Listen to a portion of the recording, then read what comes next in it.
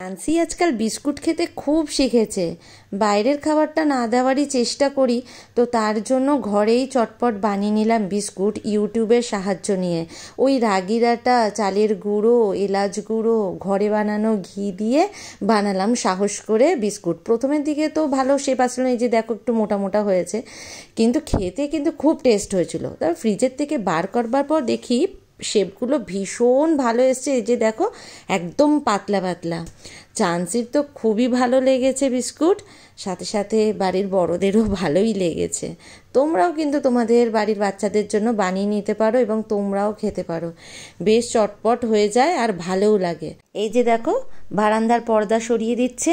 ওর আবার এমনি খেলে হয় না, বারান্দার সামনে দাঁড়িয়ে পাখিদেরকে দেখে দেখে কথা বলে বলে তারপরেই খেতে পারে। ভালো জিনিস খাবে, একটু রসিয়ে না খেলে হয়? সবাই খুব ভালো থেকো।